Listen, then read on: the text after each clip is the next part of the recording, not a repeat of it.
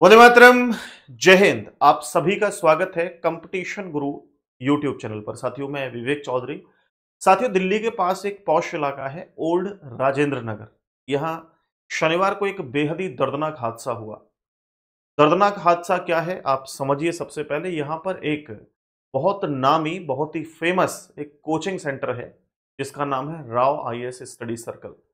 ये आईएएस की तैयारी कराते हैं, राव एकेडमी या राव आईएएस एकेडमी कह सकते हैं हम।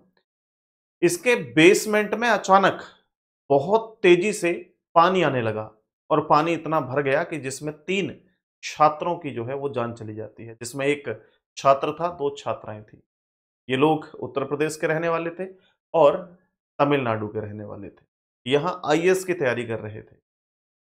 अब दिमाग में विचार ये आता है कि भाई ये बताओ, दिमाग में ये बार-बार प्रश्न उठता है कि पानी कैसे अचानक से वहाँ पे घुसा उस बेसमेंट में? और अगर बेसमेंट में पता था कि पानी आ रहा है, तो क्या बच्चे इतने छोटे थे कि उस पानी को देखने के बजाय, बाहर निकलने के बजाय वहीं रुके रहे और बाद में डूब गए उस पानी में? तो ये तरह-तरह के विचार हमारे दिमाग में आ सकते हैं। लेकिन आप एक वीडियो देखेंगे जिसके बाद आपको पता लगेगा कि एग्ज़ैक्ट कहानी क्या थी। चलिए मैं आपको एक वीडियो दिखा देता हूँ, जिसके बाद आपको पता लग जाएगा कि घटना बहुत ही गंभीर थी। देखिए, ये उस बेसमेंट की वीडियो है। आप लोग देख रहे हैं यहाँ पे? यहाँ से आपको पानी आता हुआ नज़र आ रहा होगा बहुत तेज़ी से। ये आप लोग गौर से देखिए इस चीज़ को, फिर मैं एक्सप्लेन करूँगा, फिर मैं आपको समझाऊँगा। देखो पानी की स्पीड देखिए, ये पानी की स्पीड देखिए आप लोग। ये बेसमेंट में पानी जा रहा है। आप लोग स्पीड देख रहे होंगे, कितनी खतरनाक स्पीड है ये। अब इसको आप समझने की कोशिश करो, हालाँकि वीडियो आप लोग देखते रहिए। जब शाम को 7 बजे ये घटना हुई थी, यानी 7 बजे ये खबर पहुंची थी दिल्ली अग्निशमन विभाग को, यानी कि डीएफएस को।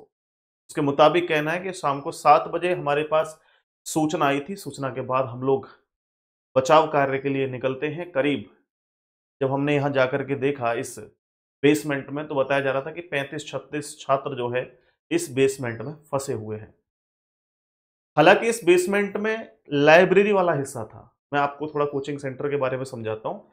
ये जो कोचिंग सेंटर है लगभग 400 गज में फैला हुआ है, यानी कि 400 गज में इसकी बिल्डिंग बनी हुई है। और जो बेसमेंट वाला हिस्सा है उसमें लाइब्रेरी बनी हुई है। वहां पर छात्र लाइब्रेरी के तौर पे पढ़ने के लिए जाते हैं। ओके, यहाँ इस दिन भी यानी कि शनिवार को भी ऐसा ही था कि ये सभी लोग लाइब्रेरी में बैठे हुए थे। जब लाइब्रेरी में बैठे हुए पढ़ रहे थे तो अचानक से बहुत तेजी से पानी आना शुरू कर देता है। वो पानी था क्या पहले आप लोग समझिए। वहां पर जो है एक नाला है, गंदा नाला कह सकते हैं, पानी निकलने का नाला है। उस नाले से पानी जाता है रेगुलर। उस पानी का सीवर, उस नाले का सीवर अचानक से टूट गया और जैसे ही वो सीवर टूटा तो इतनी स्पीड से वो पानी उस लाइब्रेरी के अंदर आने लगा कि मौका नहीं मिल पाया किसी को भागने का। अब बात ये थी कि वहां उस लाइब्रेरी के अंदर से बाहर निकलने का जो रास्ता था वो केवल एक ही रास्ता है। दूसरा कोई रास्ता नहीं है बाहर निकलने का। तो केवल एक ही रास्ता है। उसी रास्ते से आप बाहर निकल सकते थे और उसी रास्ते से बहुत स्पीड के साथ पानी का फ्लो इतना ज्यादा था कि उस सीढ़ियों के माध्यम से बाहर निकल पाना बहुत बहुत मुश्किल था। लेकिन फिर भी बहुत सारे स्टूडेंट वहां से जान बचाकर भागे।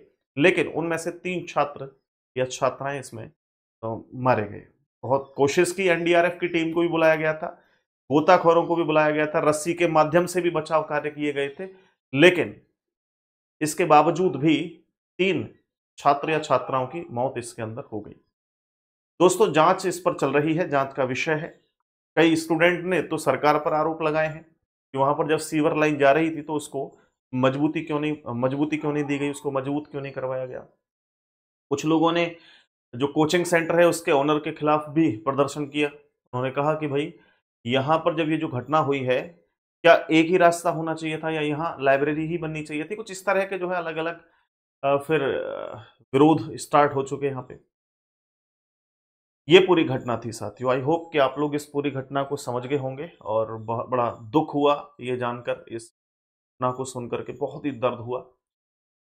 हालांकि साथियों, मैं ईश्वर से प्रार्थना करूंगा कि जो भी लोग यहाँ पर मारे गए हैं, जिनकी जान जा चुकी है, ईश्वर उनकी आत्माओं को शांति दे, उनके घर वालों को ऐसे दुख की घड़ी में सहन शक्ति प्रदान करे और आगे से ऐसी कोई घटनाएं ना हो। ठीक है जी, बहुत बहुत धन्यवाद आप सभी का, शुक्रिया आप सबका। खुश रहिए, दुरुस्त रहिए, अपना ख्याल रखिए। Take care.